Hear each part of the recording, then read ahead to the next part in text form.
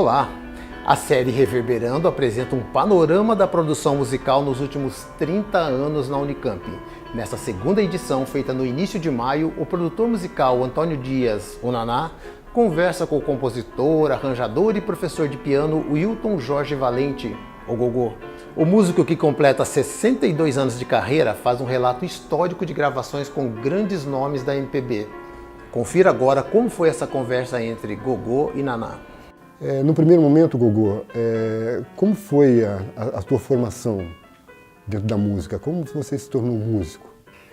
O primeiro instrumento que eu toquei foi uma gaitinha de boca. Naquela época, o grande sucesso no rádio, né?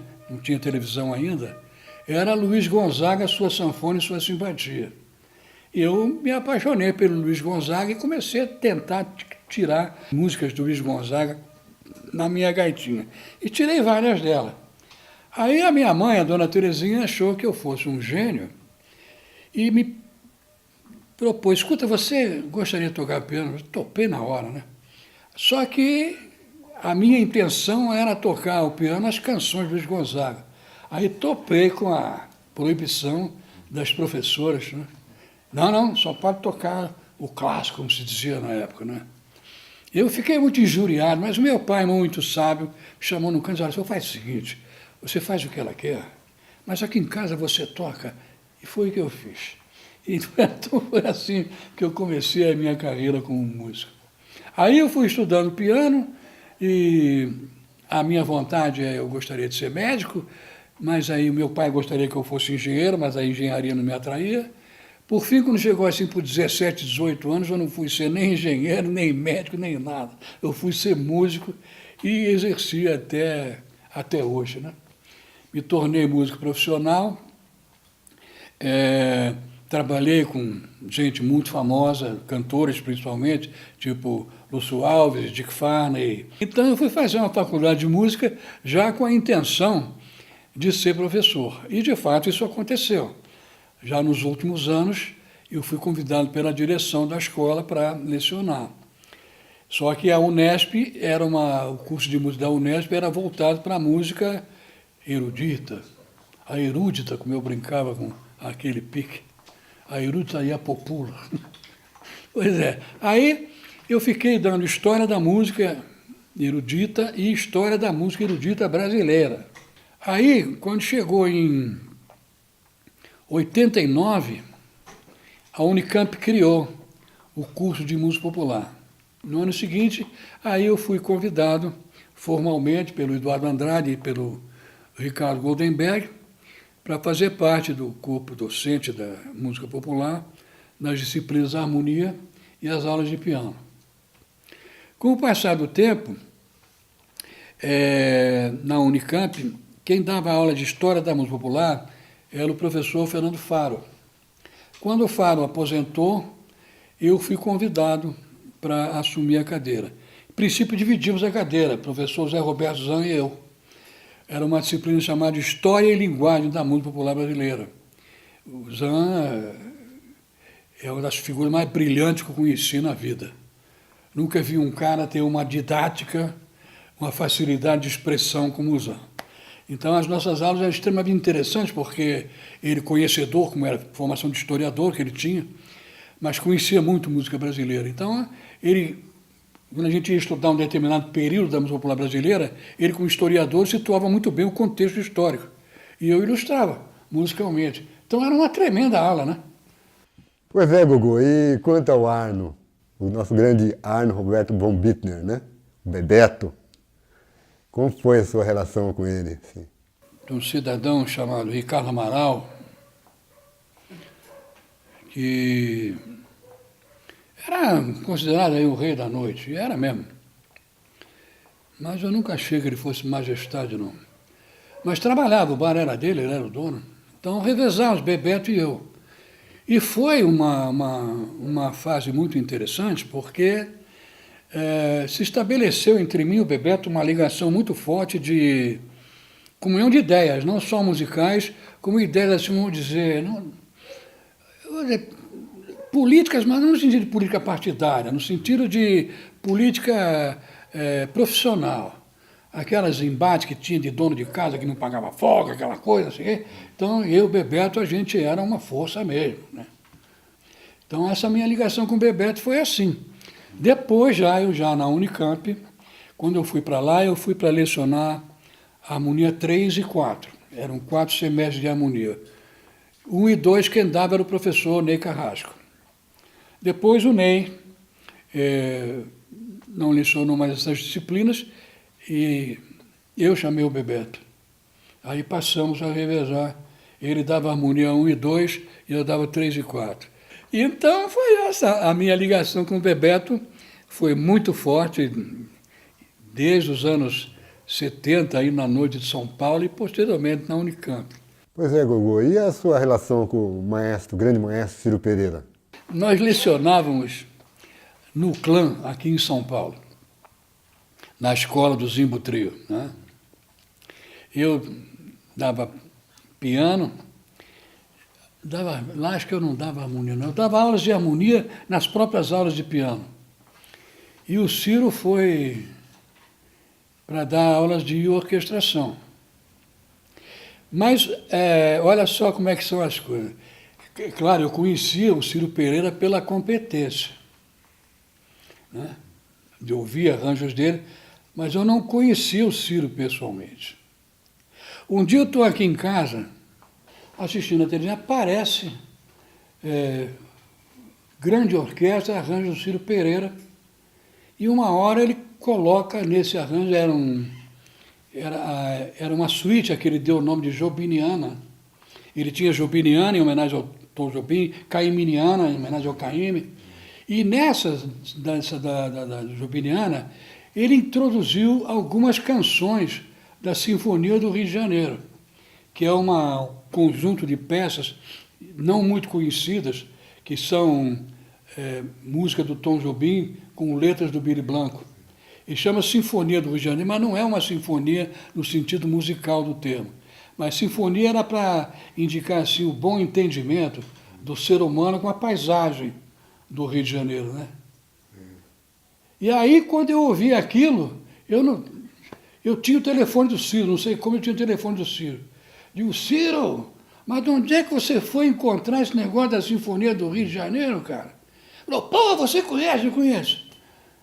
E aí, olha só, esse foi o elo que estabeleceu, que iniciou essa ligação de amizade muito sólida entre mim e o Ciro Pereira. E aí, Gogô, vai tocar alguma coisa para nós aí? Pois é, você falou na minha relação com o Bebeto.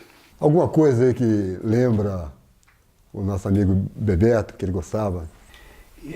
Vou ver se eu me lembro.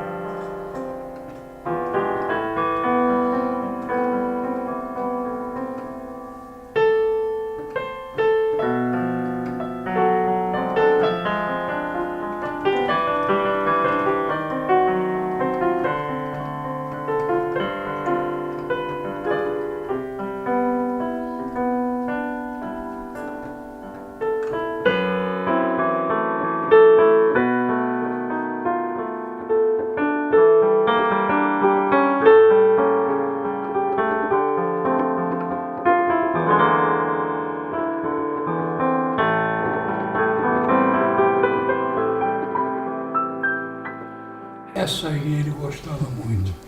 Lindo. E tinha uma outra americana chamada My Romance, que é...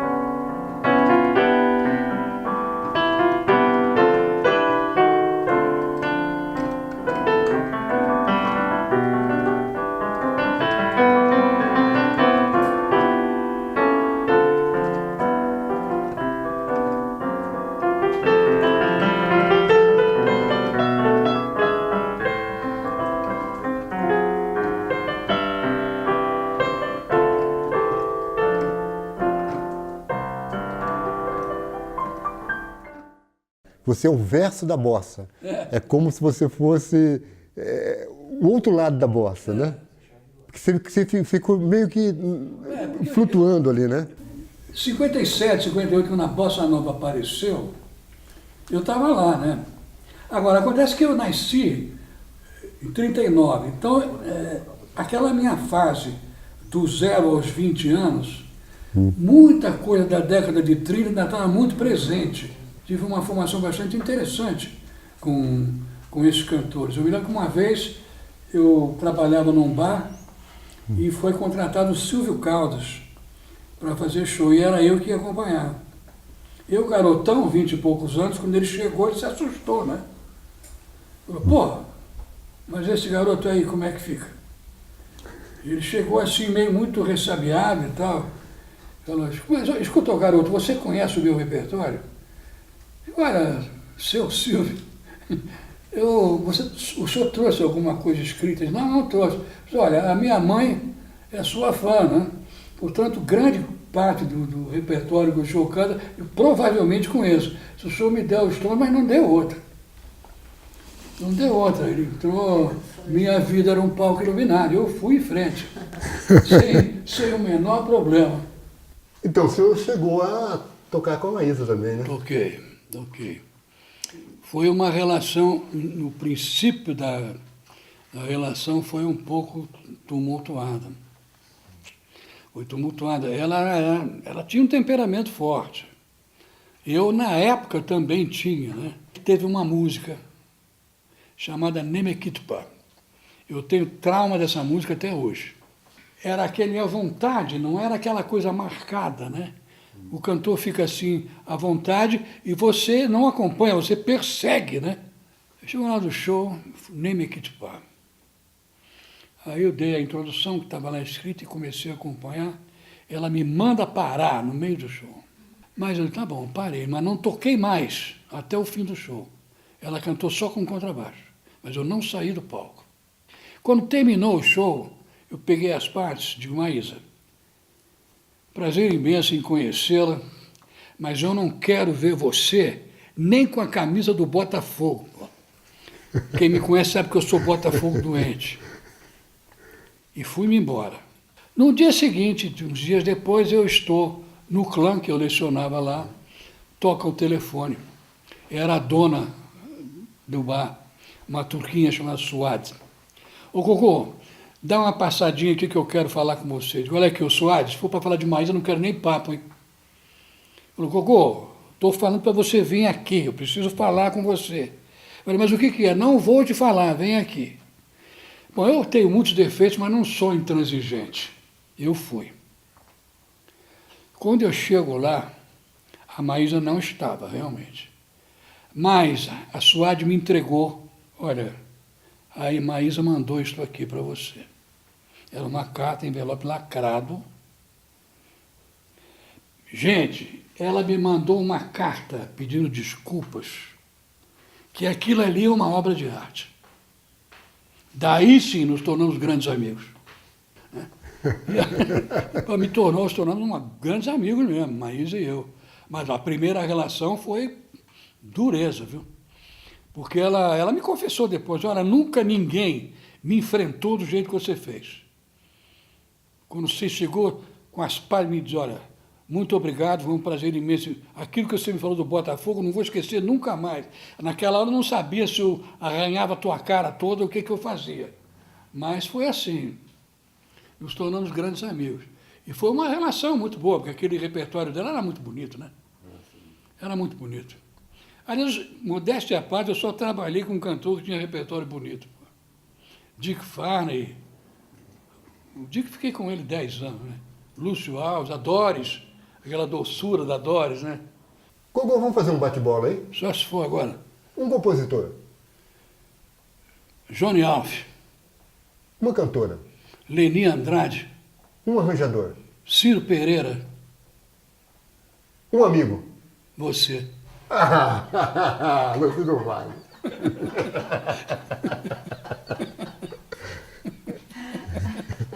Meu amigo, você é muito fã. Que legal. É, meu irmão. Essas coisas Que são... saudade, rapaz. Eu não estou mais na idade de sentir essas coisas, não. Nossa. Eu desmonto aqui e caio de 4.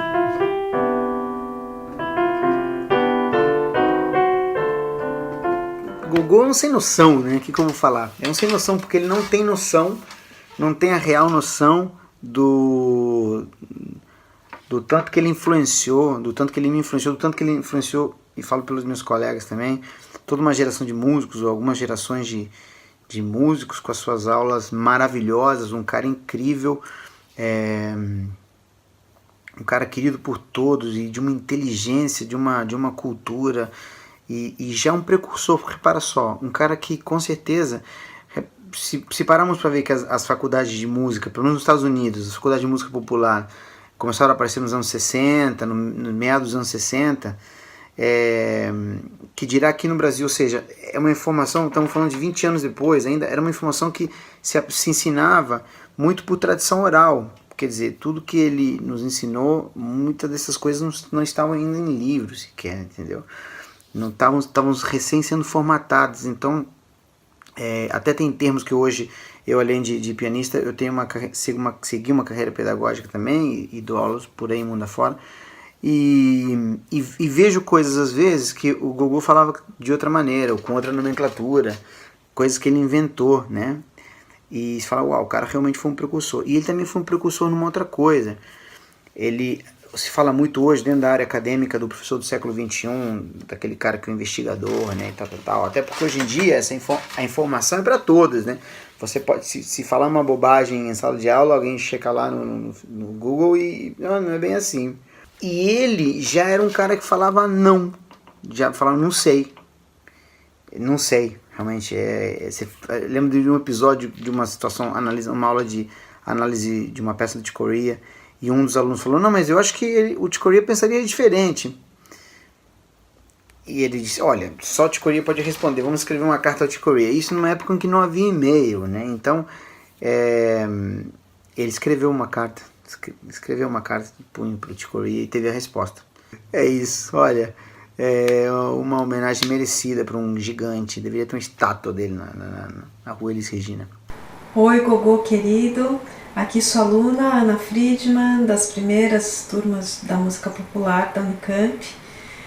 Eu estou aqui hoje para te agradecer, diretamente de Porto Alegre, estamos aqui nos Pampas.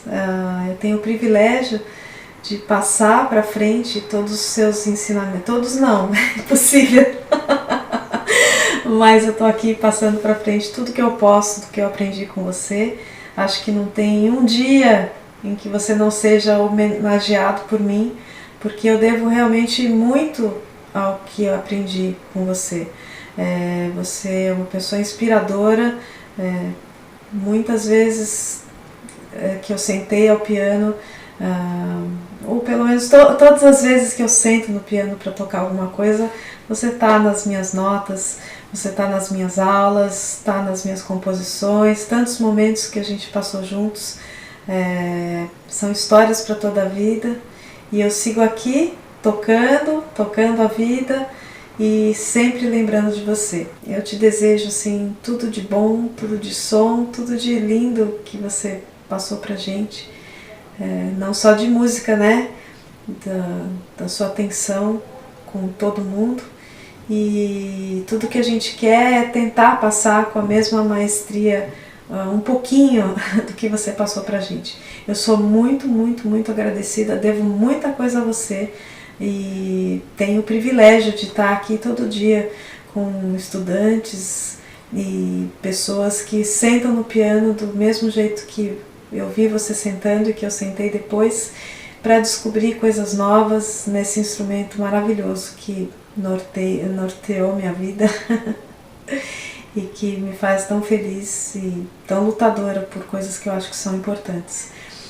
Gogô, um super abraço, um beijo enorme e obrigada mesmo, do fundo do meu coração. Nenhuma palavra seria suficiente para te agradecer devidamente, mas essa é uma tentativa aqui. De resto, eu vou seguir agradecendo você, fazendo música todo dia. É isso que você me ensinou a fazer e é isso que eu vou seguir fazendo, viu? Obrigada mesmo. Um abração.